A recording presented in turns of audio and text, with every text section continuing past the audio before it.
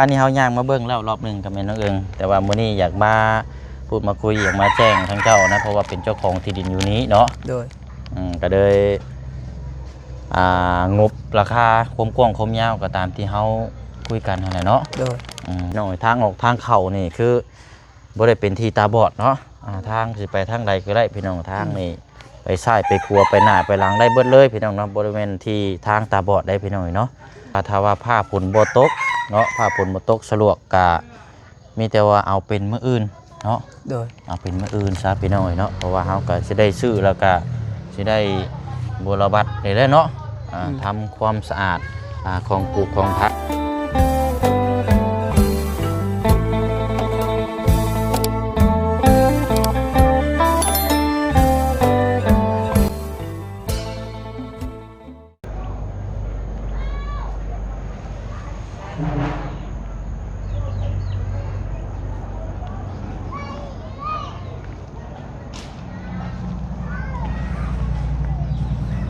วันนี้พี่น้องเนาะต่อไปนี่ก็เฮาก็จะได้มาเห็นมุมมองอยู่นี่ก็โอ้ยเนาะติดตามตลอดแล้วบัดนี้พี่น้องเนาะ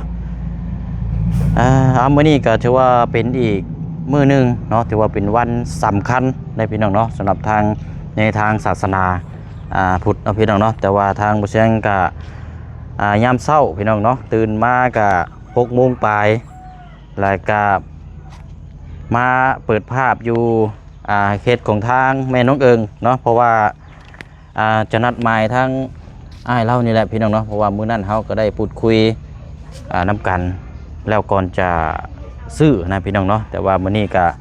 งบเฮาพอแล้วก็นัดน้ำกันอีกรอบนึงเนาะนัดทั้งอ้ายเพิ่นอีกรอบนึงมื้อวันเวลาซื้อแล้วบัดนี้พี่น้องเนาะเพราะว่าเฮาก็งบพอแล้วก็มีแต่ซื้ออย่างเดียวกับหนึ่งมากับทางแม่น้องเอิงเนาะเราก็อยากอยู่นี่แหละพี่น้องคันสิว่ากันเนาะไปทั้งอื่นเรากับบ่กล้าไปเนาะสิให้ไปอยู่ตรงข้ามทางเฮือนน้องสุธิดาเนาะก่อนว่าที่ดินพื้นนั้นเราก็ยันอดีตสามีพบเจอเห็นกันยันว่านี้มันบ่ดีบ่งามนั่นแหละพี่น้องเนาะก็เลยอยากอยู่นี่เนาะพี่น้องเอ้ยถึงมันจะบ่กว้างปานใดก็แต่ว่าก็พอได้ปลูกเฮือนปลูกซานหรือว่าเฮ็ดห้องน้ำห้องครัวเนาะพอได้อยู่กินสร้างครอบครัวถือว่าเริ่มต้นชีวิตใหม่ก็ว่าได้เนาะเอาไว้ยับเข้ามาพิดก็ได้โอ้เนาะเอาก่อนอื่นก็สบายดีเนาะโอ้เนาะเอาสบายดีและสวัสดีพ่อแม่พี่น้องนำกันเบิดสุขุสุคนพี่น้องเนาะสบายดียามเช้าพี่น้องเนาะมื้อนี้ก็เป็นวันพระใหญ่วันเข้าพรรษาเนาะทางผู้เชียงบ่ได้เดินทางเมื่อบ้านเนาะพี่น้องเนาะแต่ว่าก็จบจากนี่แล้วก็จังสีประมาณช่วงเที่ยงเนาะเกือบ11 โมงช่วงผ่าสันเพลหรือว่าสันเข่าเที่ยงก็จะไปทำเฮ็ดบุญสังฆทานเนาะพี่น้องเนาะไม่ได้ใส่บาตรแต่ว่าจะเฮ็ดเป็นสังฆทานเอาเนาะเพราะว่าได้พูดคุยกับทางเมน้องเปียวแล้วพี่น้องเนาะเพราะว่าอยากเฮ็ดบุญให้ทางพ่อตาเนาะพี่น้องเนาะเฮ็ดสังฆทานให้เราพี่น้องแล้วก็กับทางเฒ่าพ่อน้ำแน่เนาะทางมุเชียงน้ำพี่น้องก็สิเฮ็ดสังฆทานในการเขียนรายชื่ออยู่วัดนี่แหละพี่น้องเนาะช่วงประมาณ11 โมงพาสันเพลนี่แหละพี่น้องเนาะช่วงจังยามจะซ้อเขาก็มาติดตามเวียกงานนำกันก่อนเนาะเอาอะไรก็โอ้พริกแท้เนาะเก็บแรงปล่อยเยอะนี่เนาะเดี๋ยวก่อนอื่นก็อะไรอันมื้อนี้เด้อมื้อนี้เจ้าบ่ได้ไปเวียกใช่บ่มื้อนี้บ่อยู่เฮือนอยู่เฮือนเนาะเอานี่ไปฝากทางลูกก็ได้ขอบใจหลายๆมารอบนั้นก็บ่ได้เอาให้เราพี่น้องเปล่าพดมีแต่ว่าเอาง่ายๆเลยก็เมื่อวานนี้เฮาย่างมาเบิ่งแล้วรอบนึงกับแม่น้องเอิงแต่ว่ามื้อนี้อยากมาพูดมาคุยอยากมาแจ้งทั้งเจ้านะเพราะว่าเป็นเจ้าของที่ดินอยู่นี้เนาะโดยก็เลยงบราคาความกว้างความยาวก็ตามที่เฮาคุยกันนั่นแหละเนาะโดยอันลายดึกลงมาพี่นั่นก็เกือบมันเทินชื่อว่าก็เกือบ10 เมตรนั่นแหละเนาะเพราะว่า9 เมตร 80เนาะแม่น9 เมตร 80แต่ว่าทั้งข้างนี่นั่นคืออยากเอาไว้เฮ็ดทางเที่ยวพี่น้องทางออกทางเข้านี่คือบ่ได้เป็นที่ตาบอดเนาะทางสิไปทางใดก็ได้พี่น้องทางนี่ไปซ้ายไปขวาไปหน้าไปหลังได้เบิดเลยพี่น้องเนาะบริเวณที่ทางตาบอดได้พี่น้องเนาะก็เลยนี่แหละ อันลายยาวมานี่ก็แม่นเก้าเนาะ แม่น ตามที่เฮาดึงเพราะว่าประมาณนี้แหละมื้อน่ะเนาะ โดย นี่ก็ตามทางเที่ยวพี่น้องนี่ก็กว้างอยู่นี่ก็ทางเที่ยวเนาะแล้วก็ฮอดมือซื้อแล้วเฮาจังวัดแล้วก็เอาลักมาพังอีกรอบนึงเนาะ โดย สิได้เบิ่งแล้วก็จะแจ้งนํกันนะพี่น้องมื้อนี้วันวันอังคารแล้วมื้อนี้เนาะวันอังคารพี่น้องแต่ว่าถ้าว่าผ้าฝนบ่ตกเนาะผ้าฝนบ่ตกสะดวกก็มีแต่ว่าเอาเป็นมื้ออื่นเนาะ โดย เอาเป็นมื้ออื่นซะพี่น้องเนาะเพราะว่าเฮาก็สิได้ซื้อแล้วก็สิได้บูรบัตรได้แล้วเนาะทำความสะอาดของปลูกของพังอันนี้ก็ไผที่เพิ่นเคยปลูกเคยผ่านก็ให้เพิ่นนั่นล่ะเอาไปปลูกทางอื่นเนาะ แม่น เพราะว่าเฮาซื้อเฮาครอบครองแล้วก็สิได้ปรับปรุงใหม่เบิดเลยอันกุ้งหุ่งเนาะงามซ้ำเนาะบ่คันว่ากุ้งหุ่งนี่ก็มันเฮาขุดนั่นเนาะเฮาขุดลงดินในลานแล้วจังย้ายไปปรุงใหม่ก็ได้ยังได้อยู่ซะมีบ่ตายหรอกเอาก็มีแต่ว่าอันประมาณนี้แหละพี่น้องเอ้ยแต่ว่าภาพฝนบ่ตกเอาประมาณเที่ยงก็ได้เนาะ โดย เอาช่วงเที่ยงซะเพราะว่าเสียงกันสินะทางทีมงานมาเบิ่งน้ำกันแน่นะพี่น้องหลายคู่หลายคนเบิ่งน้ำกันเป็นหูเป็นตาน้ำกันเนาะเพราะว่าเฮาซื้อแล้วเฮาสิได้จดแต้มจดบทบันทึกแล้วกันสิว่าก็ไปซื้อขายเนาะทั้งผู้ซื้อทั้งผู้ขายทั้งผู้มอบมาแล้วใส่น้ำกันหมดเลยแต่ว่าเสียงจะหมายเหตุก็คือซื้อให้แล้วนี่บ่มีสิทธิ์ขายเนาะให้ทางอ้ายทางผู้ญาติพี่น้องทำฮู้น้ำกันนะแต่ว่าอนาคตแล้วนี่เราแต่ว่าเขาก็อยากให้เราดีขึ้นแล้วเนาะแต่ว่าเศรษฐกิจตกต่ำลงแล้วไปเอาดินที่ดินคายเนี่ยก็บ่ได้แล้วเนาะก็คืออยากให้มาเหตุและให้พี่น้องทำฮู้น้ำกันแบบว่าสิเป็นยังกระยาแม่เราบุดีก็ให้เราไปแต่ว่าเอาไว้ให้ลูกเพราะลูกตั้ง4 คนพุ่นโอเคได้อยากไปอยู่ชายเด้เอายันว่ามื้อนี้ได้เนาะคนเฮาไปว่าเนี้ยอันนั้นสิซื้อนะแต่ว่าอยากให้ถ้าว่านั้นมาอยู่นี่แล้วก็ให้เป็นที่ดินเริ่มสร้างครอบครัวใหม่อยู่นี่ซะเริ่มประลักปักฐานเริ่มสร้างชีวิตใหม่กับลูกกับเต้าอยู่นี้เนาะแต่ว่าอนาคตไปแล้วอยู่ได้หลายฟ้าหลายปีแต่ว่ามีคนหักคนเพลงมีคนถือใจเนาะหรือว่าเป็นคนต่างประเทศหรือว่าคนลาวหรือว่าคนเวียดคนอย่างคนจีนอย่างก็แล้วแต่หรือว่าหักเพลงกันเอามาอยู่นี่ก็ได้เนาะก็แล้วแต่เจ้าเนาะเพราะว่าว่าความหักความแพงเราก็ยังน้อยอยู่ยังนุ่มอยู่ได้พี่น้องประมาณ30 ปลายนึงเนาะแต่ว่าก็เอาว่าอนาคตจะซื้อล็อกอันนี้ก็แต่ว่าแผนมันดีมันงามกับตัวเอาหน้าสร้างครอบครัวลูกก็เริ่มใหญ่แต่ทั้งอันลูกชายเจ้าลูกกกเจ้าก็จักปีแล้วสักคนนั้นหมดปีนี้มา10 ปีแล้ว10 ปีบ่โดยหมดปีนี้นั่นก็ใหญ่เลยเนาะเนาะเห็นงานได้เลยก็โอเคแล้วสิเนาะ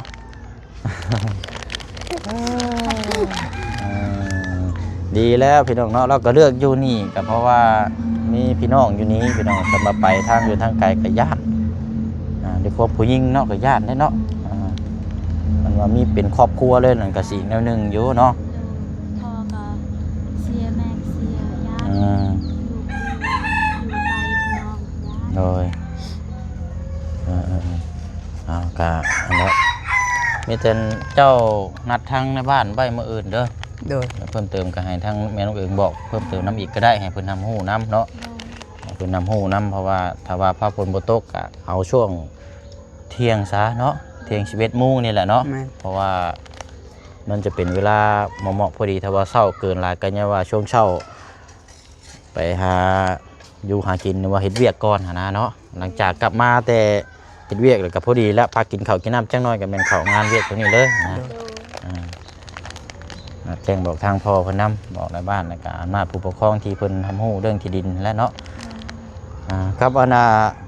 ใบซื้อขายนี่แหละพี่น้องใบซื้อขายตัวนี้นี่ก็ยันได้ไปเอาเองแล้วพี่น้องหรือว่าอย่างไรก็เจ้าถามเพิ่นทางพ่อเพิ่นนำนี่เด้อ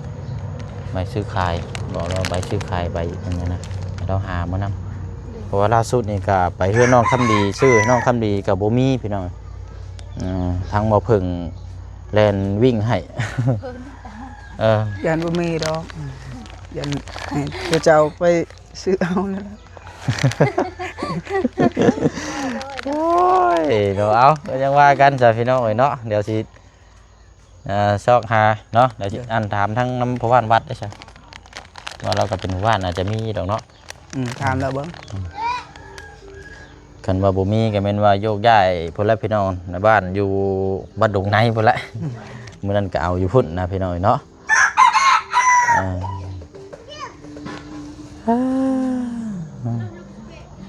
เนาะอะไรก็มีแต่ว่ามื้ออื่นเนาะตามนัดหมายวันเวลาถ้าว่าภาพฝนตกแบบแจ้งจังซี่ก็เตรียมแล้วพี่น้องเบิ่งนํกันเนาะเป็นมื้อดีมื้องามเป็นเริ่มใหม่เลยซะให้เราก็ยินดีนํเนาะพี่น้อง FC ปลาลุงหลายคู่หลายคนก็เป็นดีน้ำแหละพี่น้องเพราะว่าเขาก็อยากให้ไล่กว้างอยู่แต่ว่าดึงมากกับที่ดินมันบ่มีมันหายากแต่ก็กับเราก็อยากอยู่นี่แน่กับสิหาหม่องอื่นก็มันก็ยันใช้เวลาเนาะเวลานี่นานนั่นแหละพี่น้องจักยามใดเนาะก็เลยว่าเอาอยู่นี่แหละพอได้ปลูกเฮือนอยู่นี่ก็ซ้ำเฮือนอาเจืองนี่ก็โอ้ยซ้ำสิอยู่แล้วเนาะน้อยเนาะแม่น4x6เลยเฮือนอาเจืองนะมันก็ใหญ่อยู่ได้พี่น้องดินก็กว้างเยอะน่ะบัดล้อเฮาปรับหน้าดินหรือว่าเฮาทำความสะอาดพุ่นแหละเนาะมันจังเบิ่งว่าจังสิกว้างสิหอมสำไรพี่น้องเอ้ยอันนี้ก็ของปลูกของพังครับหลังจากเฮาซื้อแล้วแจ้งบอกเนาะว่าไปสิเอาไปอย่างต่างๆก็ให้เพิ่นค้นไปพี่น้องเอ้ยอันนี้โกกหลอกแค่นี่เนาะมีแต่โกกหลอกแค่ครับของปลูกของพังเล็กๆน้อยๆเนาะกงนี่อย่างต่างๆบ่นี่มีกงม่วงเนาะเอาตามนั้นแหละพี่น้องจะได้หรือมากเอาเบิ้ลแล้วมันก็จะทุกเพื่อเนี่ยจังน้อยเนาะเพราะว่าบ่มีคนอยู่แต่ทุ่งขยะขี้ยุงขี้เหงื่อแล้วเนาะมันก็หลายอยู่พี่น้องเนาะปะสนอมีแต่ว่าหาแล้วมื้ออื่นพ่อกันเด้อเด้อเอาจังว่ากันเนาะตามวันเวลานัดหมายมันยังคือยิ้มตลอดแท้นะตลอดเลยขายดีโอ้ยโดยเอาอันนี้ไม่ก่อนเห็นเนาะดีแล้วพี่น้องน้อยยิ้มเขาไว้สุกเสาลายกัดมันกับโบงามปานใดเนาะมันเหี่ยวมันเถ่าอะไรพี่น้องเนาะเนาะอันทางอ้ายนี่มื้อนี้ก็ไปเวียกอยู่บ่อยู่เฮือนตอบไม่เฮือนอ๋อเห็นเพื่อนเนาะกันใช่ว่าก็อยู่ต่อเติมเพื่อนโอ้ต่อเติมเพื่อนซานป้าอะไรเนาะมีแต่ว่ามื้ออื่นเนาะยังว่ากันป้าแม่น้องเอิงเขาเมื่อต่อกันอยู่กระตูบน้อยน้ำกันอีกรอบนึงเนาะป้าพี่น้องเลยนี่แหละอยู่นี่ก็มีแต่ของปลูกของพังก็มีแต่กุ้งหุ้งนี่แหละพี่น้องกุ้งหุ้งเนาะแต่ว่ากระก้นก้นรอบๆข้างเราเอาไปปลูกได้อยู่มันยังบ่ทันใหญ่ปานใดได้พี่น้องติดอยู่ดอกตรงนี้กันอันไปย่างมาพี่ก่อนก็ได้ย่างเรารอบมาพี่ก็ได้จังหน่อยนี่แหละพี่น้องเขาลักกระชีอยู่จุดมองเราอยู่อยู่นี้นี่ดึงไปนี้เนาะมองไปพุทธ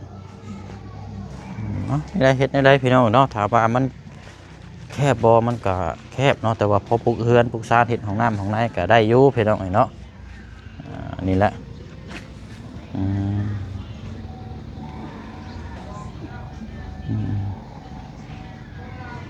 เรากับปลูกเฮือนใส่มุมใดมุมหนึ่งกับแม่นปึ๊บพอดีได้นะโดย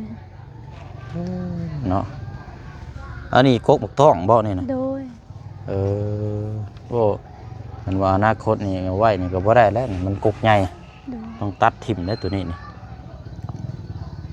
ตัดทิ่มอย่างเดียวแล้วมักต้องพืชดอกมักต้องมีหลายอยู่เนาะทำสิกินได้อยู่ใส่กันไปอันนี้ย่างไปเพื่อนก่อนรอบเพื่อนก่อนนี่แหละพี่น้อยเนาะอันนี้ทั้งเทิงมันอันนี้นี่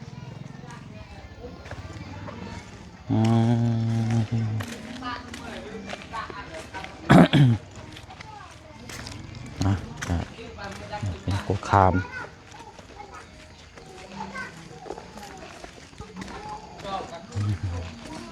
มักต้องยังกกนี่ก็ยังมีอยู่บ่แม่นเองยังมี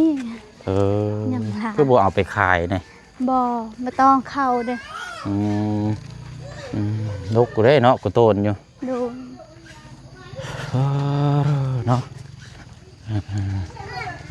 อันนี้ก็มาไก่เพิ่นเคียงเรื่องน้องไหลไปหน่อยเนาะก็อยู่นี่ครอบครัวอยู่หากินอยู่นี่มันมาพี่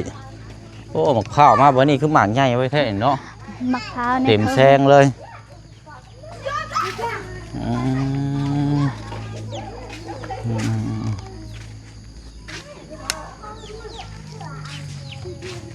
เอากะพอได้ไปใส่บ่มื้อนี้แม่นเอิงเจ้า โดย หึ โดย อยู่เพื่อนเนาะ โดย ทางอันทางเซียวกับยันบ่ได้ไปใส่บ่มื้อนี้กะ จักได้ดอกไปนั่น เอาอันนาเบียกอันนาหัวสวนเจ้าแล้วเบิดแล้วบ่ซะ ยัง บ่ทันแล้วอยู่ติ โดย อืมสวนมันสำบ่ โดย สวนมันแล้วก็สวนข้าวบ่ โดยเขาแล้ว โอ้บ่โดนบ่นานนี่ก็ได้เกี่ยวแล้วเนาะ โดย เนาะนั่นแหละพี่น้องนี่ก็เอาแจ้งนะครับฮู้นํกันแล้วเนาะมีแต่ว่ามื้ออื่นหั่นแหละเนาะ โดย มื้ออื่นก็จังมาเบิ่งมาแยงมาวัดมาก็ซื้อให้เราพี่น้องเนาะซื้อหั่นแหละก็เงินจำนวนที่เหลือก็มีแต่ว่าเรื่องเขื่อนเรื่องซ่านบ่หรือว่าน้ำของในเนาะแต่ว่าก็สิยังว่ากันอีกถามทางผู้ใหญ่เพิ่นเนาะที่เพิ่นฝากเงินมาเพิ่นน้องเพราะว่าเฮาก็สิตัดสินใจเองคนเดียวนี่ก็บ่ได้เพราะว่าบางเทื่อว่าอยากเฮ็ดเฮือนจังซี่ก็แต่ว่ายันว่าโอ้ยยันงบบ่พอถึงพอสั่นบ่ซี่มันก็ยากอีกเนาะนี่เราก็ต้องเว้ากันหลายอยู่หลายพี่น้องเนาะ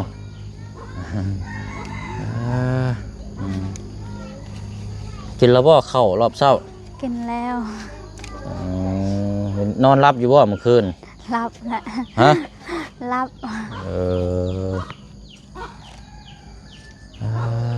เอาตั้งมุมกล้องก่อนสักพี่น้อยใช่น้องเอิงอยู่ใช่น้องเอิงมาอยู่บ่ได้เห็นหน้ากล้องนานแล้วใส่เสื้อมาอยู่ฮะ บ้าง ชับ ไปเชื่อแห่ หลายเพิ่นมาอยู่ฮะ เปาะชื่อไหน บ่ได้เห็นนานแล้วพี่น้อยส่วนหลายมีแต่พูดคุยกับแม่เพราะว่าเฮาคุยเวียกงานนี่แหละเนาะ โดย นั่งอยู่เจกันก่อนก็ได้อ่ะอยู่หินนี่แหละ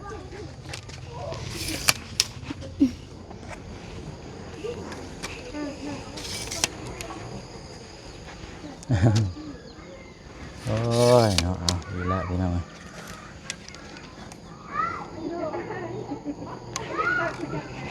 บุมีเตียงเนาะนั่งหั่นแหละก้อนหินอยู่หั่นแหละเนาะ โดย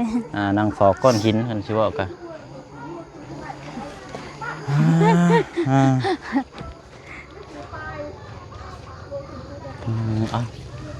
ประมาณนี้แหละพี่น้อยเนาะ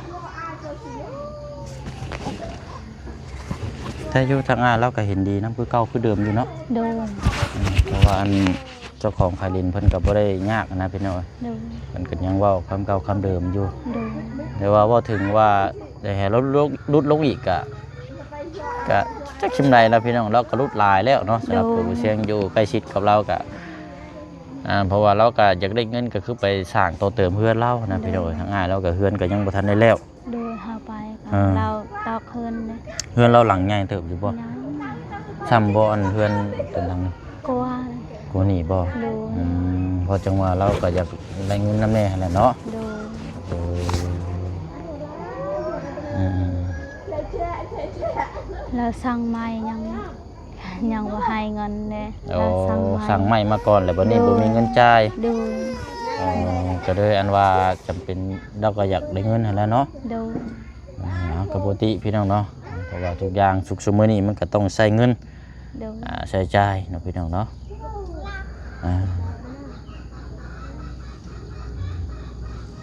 ใช่น้องเอิงอยู่ใช้ยังบ่มา แหละมาเอาไง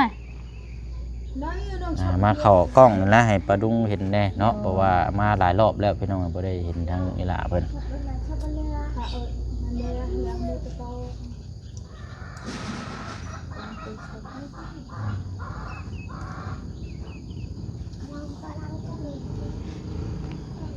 พากันกินยังต้มมีบ่ โดย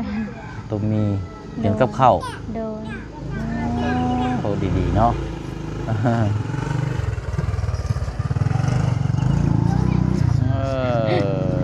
สบายดีไหม ยังมาพี่ก่อนนี่นั่งนี่ก็ได้บ่ได้เห็นหน้าแล้ว สบายดี เอาอยู่มือสบายดีก็หนูอันนี้แหละพี่น้องลูกคนที่สองเนาะ โดย ลูกคนที่สองจักปีก่อนแม่นเอง 7 ปี 7 ปีได้พี่น้อง7 ปียังผู้นี้น้อยหนึงเนาะ โดย แต่ว่าก็เฮ็ดเวียกช่วยแม่ได้ได้นี่7 ปีนี่ก็แบกพื้นแบกรัวได้พี่น้อยเนาะแต่ว่าตามหลักก็ถ้าเป็นไปได้ก็บ่อยากให้เฮ็ดเวียกแล้วเนาะเด็กเลี้ยงเอานะเพราะว่าเด็กน้อยกำลังเติบโตยันว่าเฮ็ดเวียกเฮ็ดงานหนักแล้วยันว่ากระดูกกระเดี่ยวมันสิเหยาะเนาะมันสิบ่ยืดได้เนาะ โดย บวกกับอาหารการกินบ่เพียงพอแน่นอนโอ้ยพี่น้อง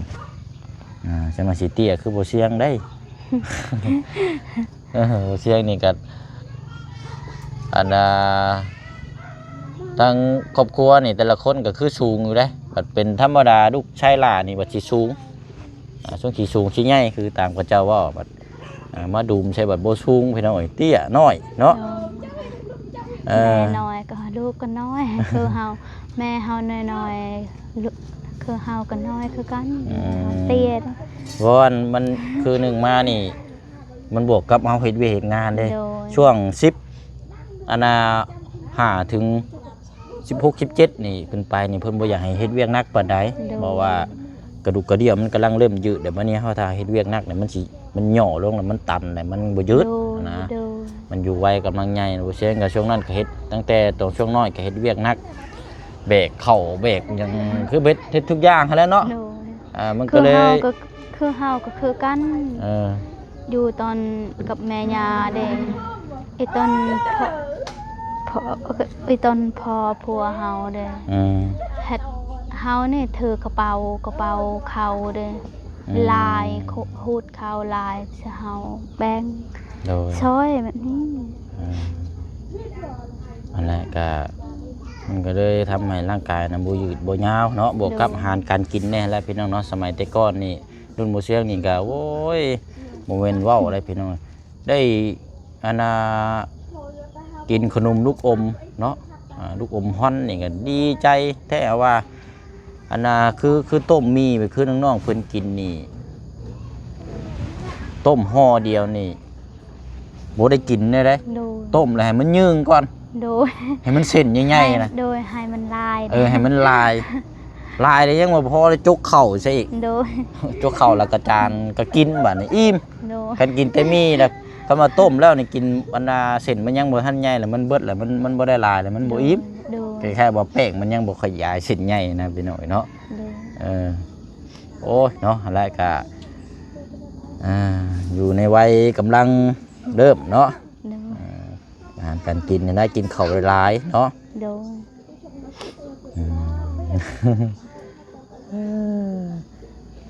คือไผเนาะคือเจ้าบ่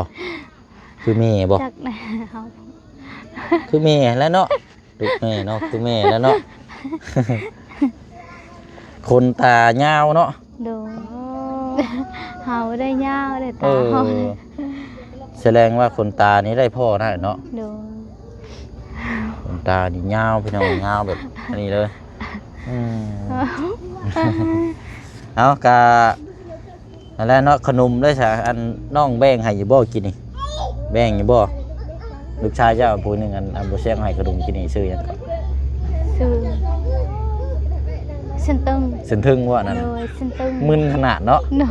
ย เอาขนมมาเพิ่นกินนี่พี่น้อยในการให้แบ่งกันเนาะหลังไม้ให้ตลอดเด็กน้อยเขาเจ้าเคยกินนะบ่เสียงก็มาก็ต้องซื้อต้องให้ตลอดเนาะพี่น้องเนาะบัดนี้ก็รุ่นชมน้ำกันมื้ออื่นเนาะถ้าว่าฟ้าฝนบ่ตกแต่ว่าฟ้าฝนตกนี่ก็หมดบ่แน่ได้พี่น้องมาเฮ็ดหยังบ่ไล่ก็เลื่อนไปคือกันแล้วเนาะ โดย เพราะว่าซื้อดินนี่มันก็บ่ได้เป็นง่ายๆนะพี่น้องต้องใช้เวลาเราต้องจดบทบันทึกต้องอ่านต้องละเอียดคักแน่เนาะคันสิเว้าก็ต้องแปะโป้ต้องเซ็นอีหยังต่าง ปะซะเนาะมีแต่ว่าตามนั้นแหละเนาะ โดย กับมื้ออื่นแต่ว่าตอนนั้นบ่แรงตอนแรงบ่เชียงสีขาวมาอีกเทื่อนึงอยู่เด้อ โดย มื้อนี้รอบเช้าพี่น้องเนาะมาแจ้งอะไรยันว่าทางอ้ายเพิ่นยันเราบ่อยู่ก็เลยมาแจ้งนัดไว้ก่อน มาตอนแรงบ่มาตอนแรงจักโมงค่ะอยากไปหาหน่อไม้เด้อ บ่ช่วงค่ำๆพุ่นแหละ โดย ช่วงค่ำๆช่วง4-5 โมงแรงพุ่นแหละมืดคือเก่าพุ่นแหละ โดย บ่เชียงสีขาวมา หาหน่อไม้ เจ้าก็ไปหาเวียกงานโดยปกติโลดเนาะ โดย โอ้อะไรเว้าแล้วฟ้าฝนก็ลงมาแล้วพี่น้องเอ้ยเอาหั่นแหละเนาะมีแต่ว่าจังว่ากันบัดนี้พี่น้องบ่เชียงก็สิเดินทางไปเวียกก่อนแล้วก็ โดย จักสิเข้าไปหาทางน้องปูนานำแน่เนาะพี่น้องเนาะน้องปูนาเพราะว่าทางพ่อลุงเพิ่นฝากเงินมาแต่วันที่21พี่น้องเนาะฝากเงินมาแต่วันที่21และบัดนี้บ่เสียงนั่นบ่ได้ฮู้พี่น้องว่าพ่อลุงเพิ่นฝากเงินมาแต่ว่ายกตัวอย่างก็คือทางพ่อลุงนี่เราสิมักแชร์คลิปนะพี่น้องแชร์คลิปนี่คลิปแบบจักคลิปยังคลิปยาพี่น้องแชร์แล้วเป็นว่าคล้ายๆว่าพ่อลุงน่ะฝากปั๊บมานี่แต่วันที่21แหละแบบเราแชร์มาแต่มื้อนี้สลิปเงินส่งมาแล้วมันอยู่เทิงพุ่นนะพี่น้องแล้วเฮากดเข้าไปแล้วมันบ่เห็น ตามพ่อลุงเราก็เลยว่าเอ้าเกิดอะไรขึ้นทำไมไม่ไปหาน้องปูนาโอ้เสียงบ่ได้ฮู้นะพี่น้องเนาะเพราะว่าเนื่องมานี่บัญชีที่เฮาให้ไปนี่มันเป็นบัญชีแหล่งเงินตาเนาะของทางสาวน้อยหลายคนอาจจะฮู้นํกันนะพี่น้องเนาะและฝากมาก็ต้องโทรหรือว่าต้องแชทมาบอกโดยตรงเลยนะพี่น้องแต่ว่านี่มันผิดพลาดก็คือว่าทางพ่อลุงเราบัดเราแชร์คลิปจักมันยังแม่นยาแล้วเฮากดเข้าไปแล้วบ่เห็นนะพี่น้องเนาะก็ได้เลื่อนมาจนฮอดเมื่อวานนี้เนาะน้องปูนาอัดเสียงมาจักได้ใดพี่น้องเสียงให้กระปึกระปะอยู่นี่ใดเดี๋ยวสิไปมอบแล้วก็สิถามทั้งน้องเพิ่นอยู่มื้อนี้ก็อันนี้เพราะว่าทางพ่อลุงกับทางน้องปูนานี่คุยโดยตรงกันเองนะพี่น้องเนาะทางหมู่เชียงนี่มีแต่ว่าถ้าพ่อลุงเพิ่นฝากเงินมาก็เขียนจัดแจงก็มีแต่ไปซื้อมอบให้แต่ว่าบางทีมันผิดพลาดคือจังซี่แล้วพี่น้องเนาะก็ขอโทษขออภัยทางพ่อลุงนำหลายๆนะพี่น้องเนาะเดี๋ยวสินี่แหละพี่น้องแล้วสิเข้าไปหาพลักน้อยก็ละจังสิพ่วงไปน้องปูนาแล้วก็สิซื้อตะปูเนาะเดี๋ยวสิให้ทางพ่อสร้างมาเอาตะปูอยู่เฮือนทางน้องปูนาเพราะว่าสร้างไม้ผาเชื้อรากับสังกะสีบ้านทางประตูมีตู้อยู่บ้านแกงดวงในและลืมตะปูตอกไปหน่อยเนาะบ่ได้สั่ง ก็เลยสิซื้อไปแล้วให้ท่านพอเรามาเอาแหละช่วงประมาณบ่ายมาแต่เฮ็ดสังฆทานแล้วก็จังสิเข้าไปอัปเดตเบิ่งนํกันแต่ว่าภาพฝนบ่ตกไรพี่น้องเนาะเมื่อวานนี้ก็บ่ได้เข้าไปภาพฝนตกแห้งเอาละพี่น้องเนาะเมื่อวานนี้ก็บ่ได้เข้าไปหาทั้งน้องคำดีแน่มื้อนี้ก็ติดตามเบิ่งนํกันพี่น้องเนาะว่าสิมีของฝากของต้อนหยังแน่เนาะมื้อนี้ก็มีอยู่เนาะพี่น้องเนาะมีแต่ว่าหั่นแหละลาก่อนมื้อนี้เด้อ โดย เอาสบายดีลูก สวัสดี เอาลำลาก่อนเด้อพี่น้องเนาะน้ำกันบดสุขูสุคนเนาะมอแจงพี่แจงน้องน้ำกันเนาะยามเช้าวันอังคารเนาะเป็นวันพระใหญ่เนาะในทางศาสนาของชาวพุทธเฮาเนาะพี่น้องเนาะทำบุญในครอบครัวเนาะพี่น้องเนาะทางมุสลิมก็จะเฮ็ดสังฆทานพูดคุยน้ำกันและทางเมน้องเปียวก็เฮ็ดบุญอยู่บ้านเนาะพี่น้องเนาะบัดกลับมือบ้านเพิ่นละพี่น้องก็จังว่าจังคุยน้ำกันอีกไปทางใดกับพี่น้องเนาะเอาลำลาก่อนเด้อพี่น้องเด้อเนาะขอบคุณขอบใจทางปรุง FC เฮาน้ำกันบดสุขูสุคนที่ติดตามแล้วก็เป็นกำลังใจเนาะพี่น้องเนาะสุขกายสบายทางใจทางผู้ให้ทางผู้รับทางผู้เบิ่งทางผู้แย่งเนาะที่ไว้วางใจให้ทางผู้เชี่ยวเป็นสะพานบุญให้เนาะลำไม่รวยสบายดีเด้อพี่น้องเด้อเนาะบ๊ายบายเนาะเอาบ๊ายบายอยู่ลูกบ๊ายบายไปก็เด้อพี่น้องเด้อเนาะเดี๋ยวช่วงแรงเดี๋ยวจากมาใหม่เนาะเราก็สิไปหาหน่อไม้มาขายพี่น้องทำเมนูเอิงกันไปอะไรเนาะ